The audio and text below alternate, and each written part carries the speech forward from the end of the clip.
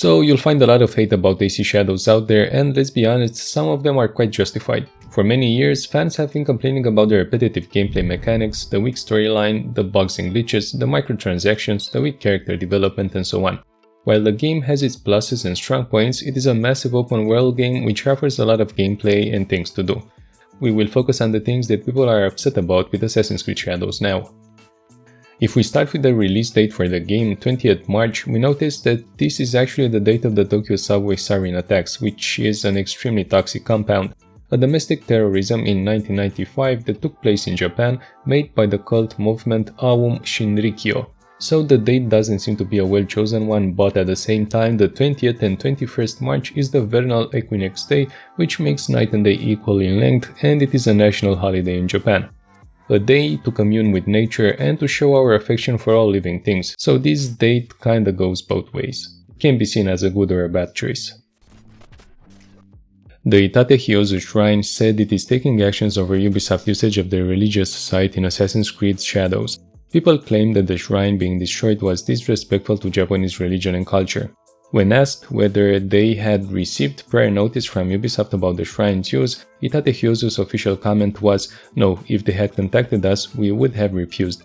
The official did not provide details about taking appropriate action and what it means, so it remains unclear whether they are asking for the shrine's removal from the game, adjustments to what players can do in it, or some other form of action.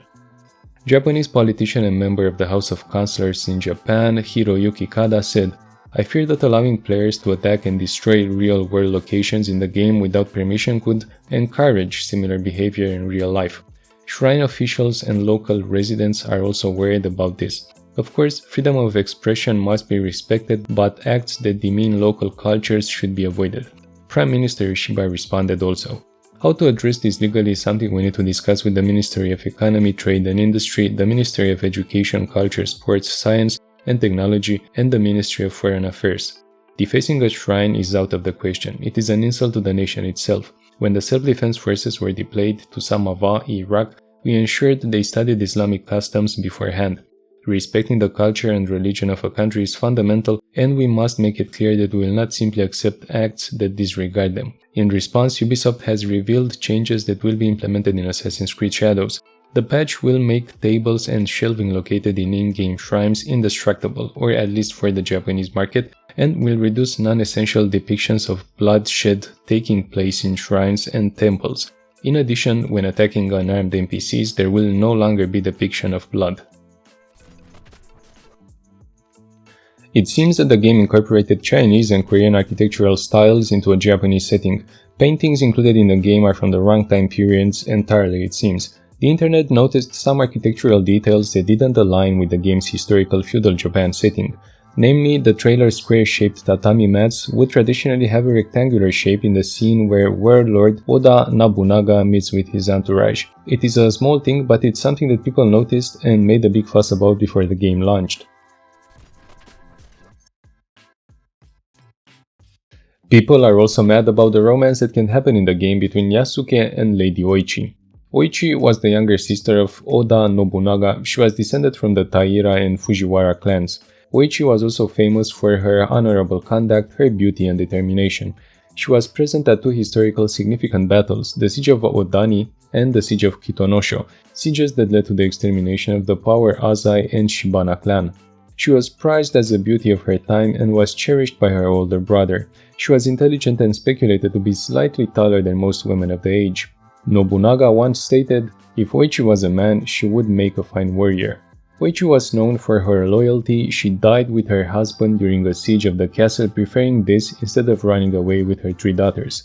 So the romantic scene between her and Yasuke, who wasn't even a real samurai, sparks disbelief from many Japanese people, and they also see this as an insult to their culture to some extent.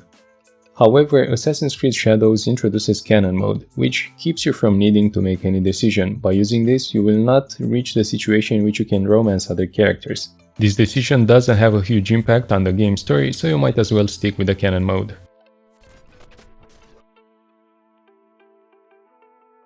More than 100,000 people have signed a petition accusing the game of disrespect, and the Prime Minister Shigeru Ishiba has joined the outcry. Critics argue that the game's representation of Japan culture amounts to cultural appropriation, as it may not authentically capture the nuances and depths of the tradition it portrays.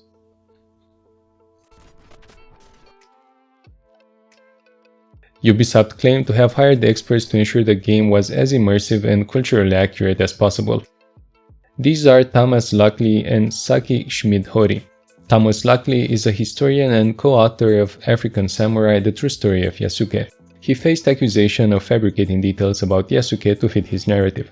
It was also revealed that Lockley had edited his own Wikipedia page to include these fabricated claims, causing an uproar among Japanese historians. The controversy escalated to the point where Lockley deleted all his online accounts. In response, Nihon University, where he served as an associate professor, initiated an investigation into his actions.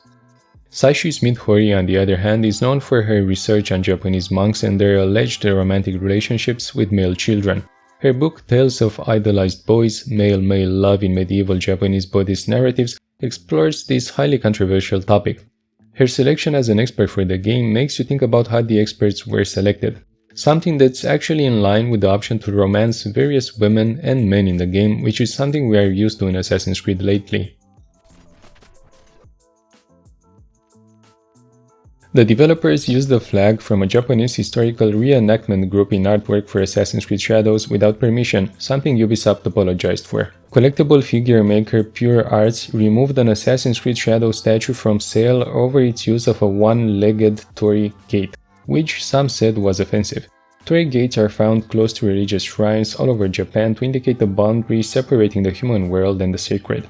The one-legged torii gate has significant meaning of its own.